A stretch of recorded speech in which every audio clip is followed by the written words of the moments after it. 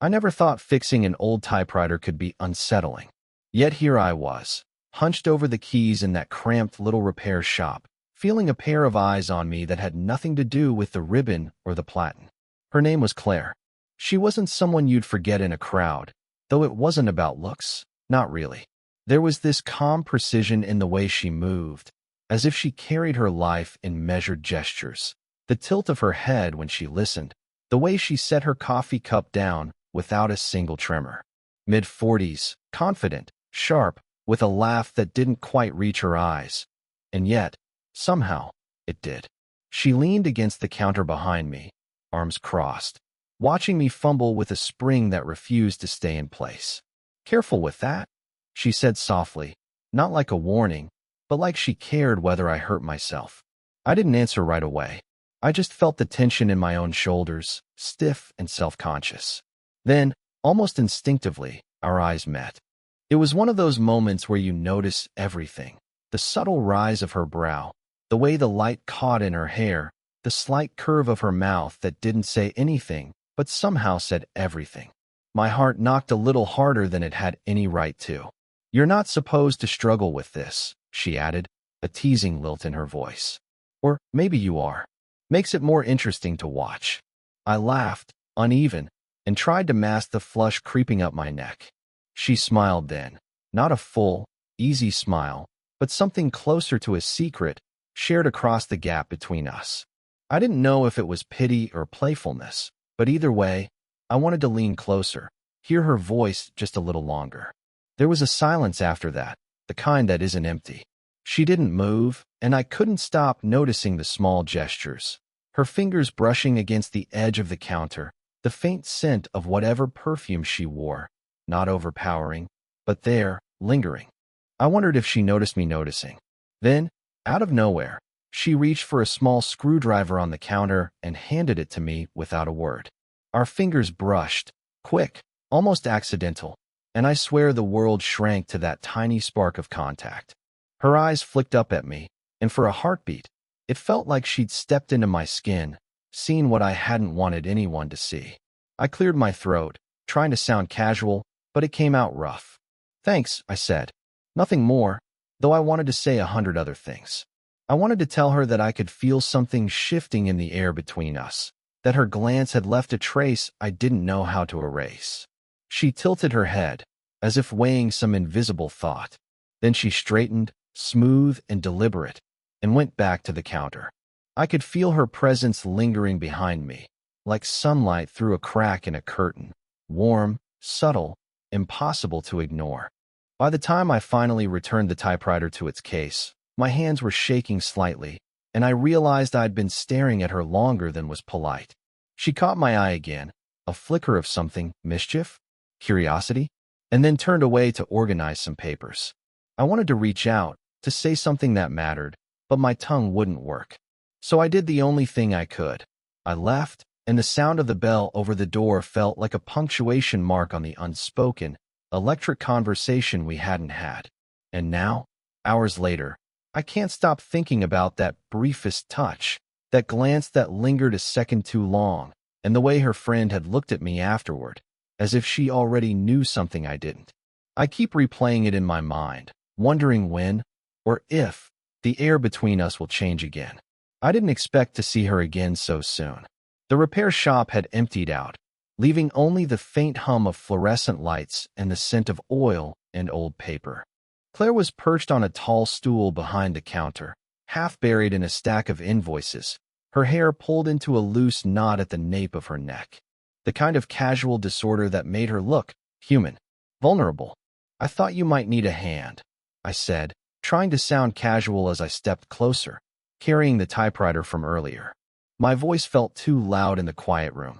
She looked up quickly, startled, that brief flicker of surprise that made her eyes look softer, almost boyish for a second.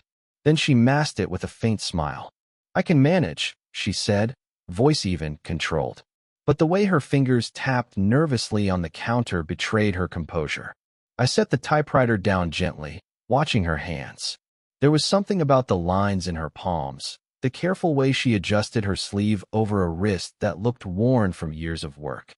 I noticed how tired she seemed, the faint shadows under her eyes, the way her shoulders were slightly hunched as if carrying an invisible weight. "Are you sure?" I asked, kneeling beside the machine. "It's tricky, and I've got patience."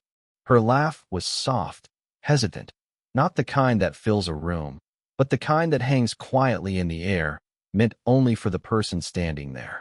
"You're awfully insistent for someone who claims he's inexperienced." There was a pause, a delicate silence between us. She bit her lip and looked away, focusing on a smudge on the counter. That tiny act, avoidance, maybe embarrassment, made something stir in me. I wanted to reach out, to bridge the gap, but I held back, respecting the invisible boundary she had drawn. Still, I couldn't help noticing everything. The gentle tension in her jaw, the way she leaned slightly toward the machine as if seeking comfort in its mechanics, the faint scent of coffee clinging to her sleeve, and the quiet way her laugh lingered even after she had turned back to her work. "I didn't sleep well last night," she said finally, almost whispering, as though admitting it was a transgression. Her voice was softer now, tired, and I realized this guarded, polished woman had cracks, small ones, just enough to see her edges. I offered her a small smile. "Long night." She nodded once, not meeting my eyes. Then, almost reflexively, she reached for the typewriter's carriage and adjusted it herself, fingers brushing against mine for a fleeting moment.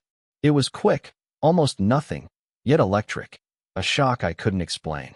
She pulled back immediately, her hands folding over each other in a controlled gesture, and I felt the pull of that unspoken energy between us, restrained but undeniably there. For a while, we worked in silence. I focused on the machine, but every so often, my eyes drifted to her. The way her brow furrowed slightly when concentrating, the faint tremor in her hands as she set the next sheet of paper in place. When the machine finally clicked into alignment, I looked up to meet her eyes. For a heartbeat, the world seemed to shrink to the small space between us, her guarded expression softening in a way that felt both intimate and impossible to ignore. She didn't say anything. She didn't need to. The faint rise and fall of her chest, the tilt of her head, the almost imperceptible shift closer, it was enough. And I realized I couldn't stop noticing her. Every small gesture, every quiet hesitation, every shadow beneath her eyes whispered that there was more beneath the surface. I lingered a second too long, watching her, feeling that strange, forbidden energy pull at me, and for just an instant, it was as if we were suspended, two people teetering on the edge of something neither of us dared name. The rain had started quietly, tapping against the window in that soft, relentless way that makes the world feel smaller, more intimate. Claire and I were sitting on the floor of the repair shop, knees bent, surrounded by scattered manuals and screws, trying to coax a stubborn old printer back to life. The fluorescent light flickered above us, casting uneven shadows across her face. I could see the tension in her jaw, the way she was barely breathing through her nose, as if afraid to disturb the fragile rhythm between us. "You know," she said, voice low, almost hesitant, "sometimes I wonder if these things are harder than people think." She glanced at me, and for a second, there was something in her eyes. Not quite a question, not quite an invitation, but a flicker that made my chest tighten. I swallowed and looked down at my hands, pretending to adjust a screw. "Maybe they just need the right touch," I murmured. "Too casual, too safe." My fingers brushed against hers when she reached for the manual, and I could feel the spark, the faintest shock of proximity that made my stomach twist. She didn't pull away immediately, but she didn't linger either, and I cursed myself silently for noticing.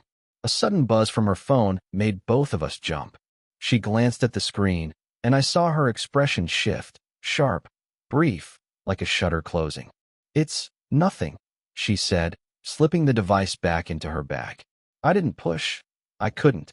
But something in me tightened, a quiet knot of jealousy I didn't want to name. The printer clicked again, stubborn and resistant. I leaned a little closer to adjust a wire, and she leaned in at the same time, our shoulders brushing lightly. My heart hammered, and for the first time, I realized how acutely aware I was of her presence. The curve of her neck, the scent of rain, and something warmer, faintly floral. I had to remind myself to breathe, to pull my thoughts back from the edge. Her hand paused on the manual. For a moment, I thought she might look at me, really look, and say something we'd both regret. A confession, a tease, a whisper that would crack the careful barrier between us. But she didn't. She turned her gaze down, exhaling softly, like she'd been holding it in longer than she realized. Almost got it, I said, more to fill the space than anything else. My voice sounded too loud in the small room, echoing against the walls stacked with machines and forgotten parts. She didn't reply immediately, just gave a faint nod, her lips pressed together as if tasting the words she didn't dare say. Outside, the rain picked up, drumming harder against the roof.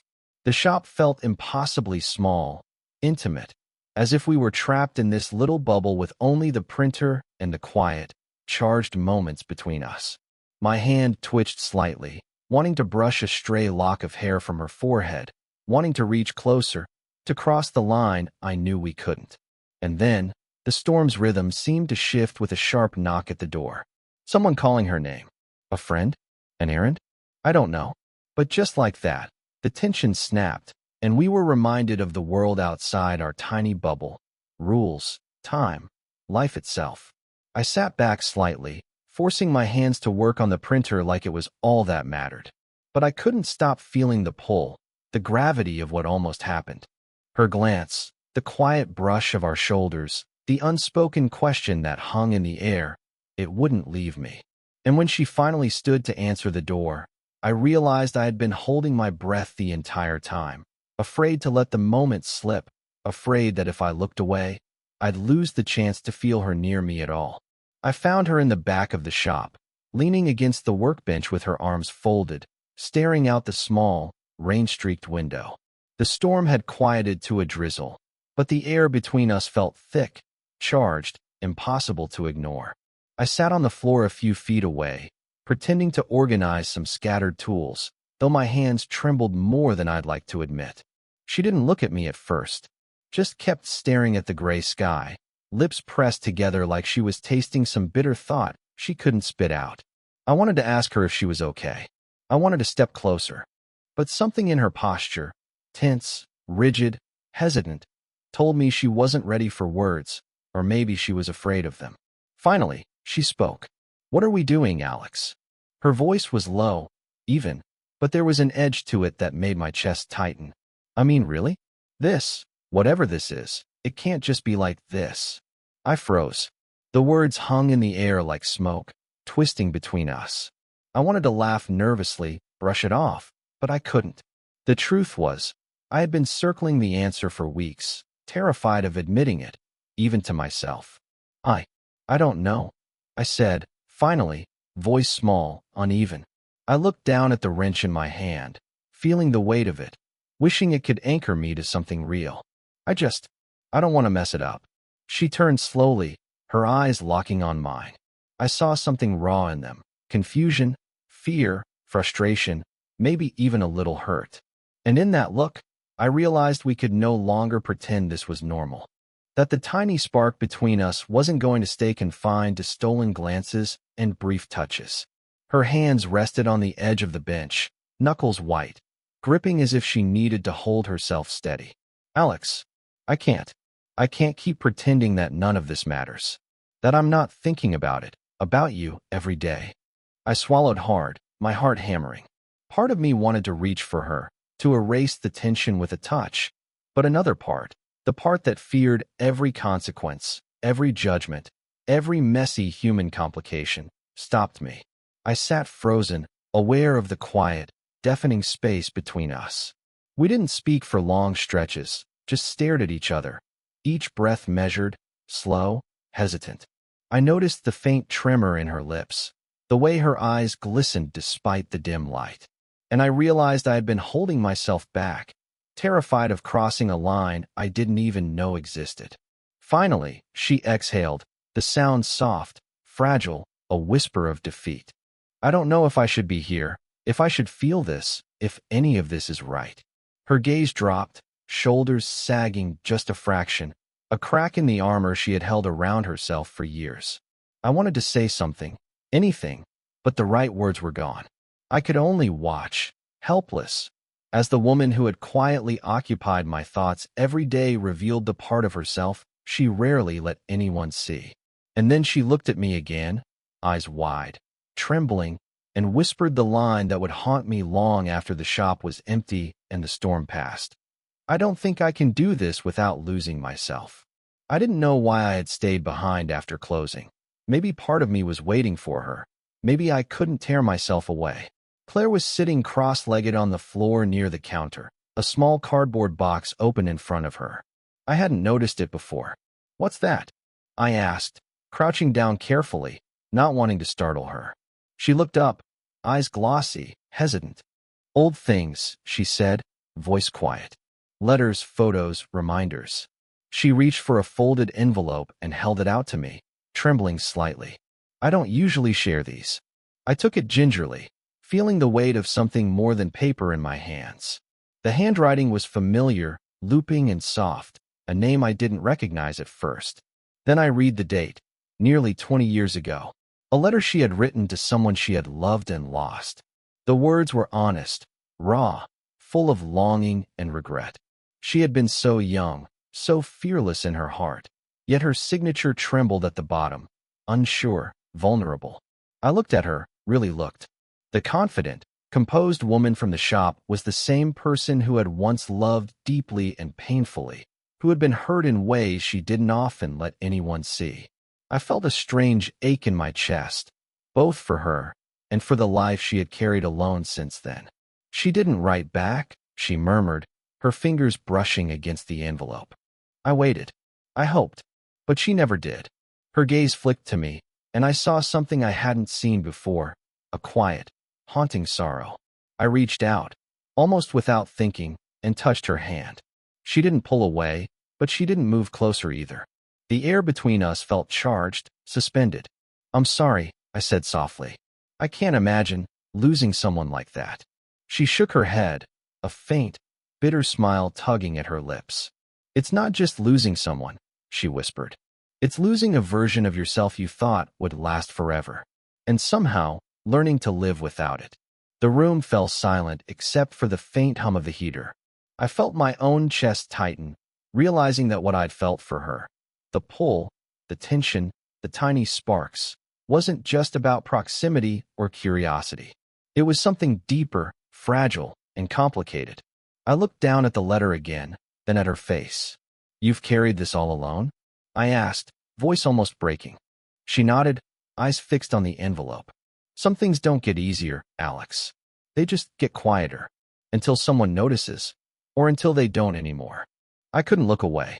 Every line on her face, every shadow under her eyes, every quiet gesture seemed to whisper the story of her past heartbreak, the weight she had carried. I wanted to say something to erase the years of loneliness she had endured, but no words were right. Finally, she exhaled slowly, leaning back against the counter. For a moment, we just sat there, the envelope between us like a fragile bridge. And then she looked at me, and in her eyes, I saw something tremble, a flicker of trust, of shared vulnerability, a silent acknowledgement that maybe, just maybe, she could let someone in again. Her fingers brushed mine for the briefest moment as she closed the box. The touch was fleeting, almost accidental, but it hit me like a seismic shift, quiet, tender, and impossible to ignore. We didn't speak for a long time after the box was closed. The storm had passed completely, leaving only the faint smell of wet asphalt drifting through the open window. Claire was perched on the edge of the counter, shoulders relaxed for the first time in days, and I sat on the floor a few feet away, tools forgotten, listening to the quiet rhythm of her breathing. I wanted to say something, anything, but the right words didn't exist. Instead, I let the silence speak. It wasn't awkward. It wasn't heavy. It was necessary. A space for both of us to notice what had been growing quietly, inexorably, for weeks. The slow pull toward each other that didn't need grand gestures or speeches. Her eyes met mine, calm, steady, with just the faintest hint of vulnerability. "I guess we've been avoiding something," she said softly, her voice even, almost casual, though every syllable carried weight. Pretending this is normal, like it's just work or coincidence. But it's not. I nodded. No, it's not. My hands rested lightly on my knees, aware of how close we were, aware of every small movement she made. She looked down at the floor, then back at me, and I caught a flash of hesitation. The old caution she always carried, but it softened almost immediately into something warmer, more human. I don't know what we do with it, she admitted, voice low. But I know I can't ignore it. Neither could I. Not anymore. But we didn't rush. There was no sudden confession, no dramatic leap. Just acknowledgement, quiet, mutual, careful. A recognition that we had been circling the same truth for far too long, and that it had become inevitable. I moved a fraction closer, enough that our knees brushed. Her hand twitched, then rested on her own lap, hesitant. I reached slowly, lightly, brushing my fingers against hers. The touch was brief, tentative, almost accidental, and yet it carried all the weight we'd both been holding back. She didn't pull away. She didn't move closer either. She just let it happen, let it exist in its small, delicate form. We stayed like that for a while, silent, letting the world shrink to the tiny space between us. Her shoulder leaned slightly toward mine, almost imperceptibly, and I felt a quiet, irrevocable shift. The tension that had defined our interactions for weeks dissolved into something softer, something earned, trust, understanding, a fragile connection finally acknowledged. The typewriter in the corner ticked faintly as I absent-mindedly adjusted it, and she watched calm. No words were necessary. I realized that the moment didn't need punctuation, declarations, or dramatics. The closeness, the shared breath, the gentle brush of fingers was enough. When she finally stood to organize some papers, I didn't move. She paused, looked at me with a soft, almost imperceptible smile, and for the first time, I saw that she wasn't guarding herself. Not fully. Not anymore. And as she returned to the counter, and we continued our quiet, ordinary tasks, the electricity remained subtle, alive, irrevocable.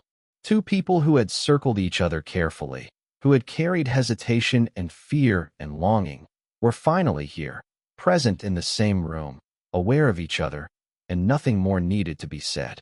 I reached out once more, brushing my fingers against hers. She didn't move. Neither did I. We just existed together, and it was enough. It's funny how some moments stay with you, quietly, long after everything else fades.